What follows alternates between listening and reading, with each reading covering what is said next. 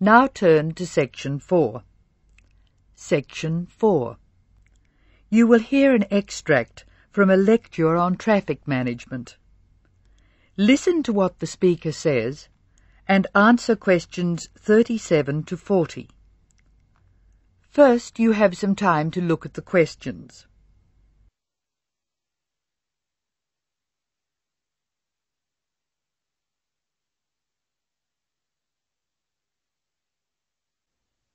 Now listen carefully and answer questions 37 and 38. Tick all the relevant boxes in each column.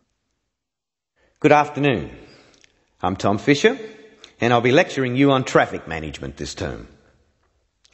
Before we go any further, I thought you should look at the sort of problems we've inherited. And inherited, or received as a legacy from those before us, is just the word for our situation. Many of our major cities were built long before the car was thought of, and the road system evolved from the goat tracks followed by the early inhabitants.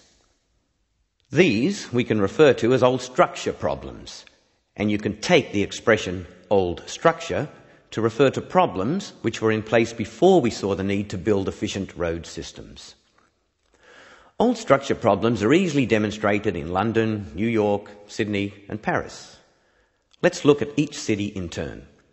London has a most confusing road system, which is forgivable because it's a very old city. I'll talk more about the ring roads later. New York is laid out on a grid which makes it easier to find your way around.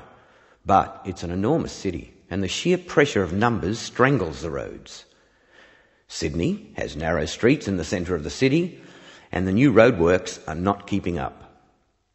Paris has wide streets, but it's still the victim of old structure problems, like Rome and Edinburgh. Tokyo is another city with old structure problems compounded by a huge population, like New York. Cities which do not have these old structure problems are Houston, Los Angeles and Dallas. The thing which saves some of these cities is an effective public transport system, usually below ground.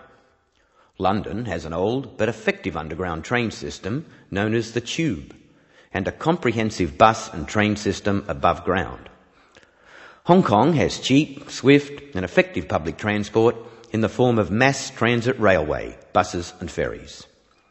Paris has the Metro Underground Railway, which carries tens of thousands of people daily, and a large bus system. New York has a comprehensive underground train system, but many people feel that it's dangerous to ride on it. There have been some nasty attacks. However, the trains themselves are efficient, so we have to call it a good system. Sydney has a good public transport system, but only part of it is underground. Now answer questions 39 to 40. Write no more than 3 words for each answer. Notably absent from this discussion of cities with good public transport are the cities I nominated previously as not having old structure problems: Houston, Los Angeles and Dallas. Let's start with Dallas, a very wealthy city in Texas which has grown up in an era when cars were considered to be essential to move about. It has an excellent road system, as does Houston, another new city with wise city leaders who insisted on good roads. However, the public transport system in both Houston and Dallas is extremely poor. As a result, travel in Dallas and Houston is easy except for peak hour, when a 20-minute run can expand to more than an hour in traffic jams. Los Angeles suffers from chronic highway blockages, despite efforts to encourage people to use public transport.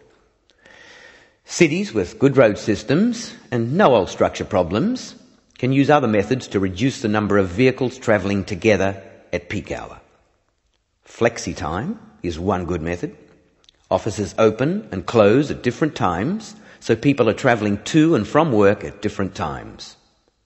Vehicles carrying more than one person can use special priority lanes, which means they can travel more quickly. There are even systems to make peak hour car use more expensive, with electronic chips recording the presence of a vehicle in a given high traffic area at a given time.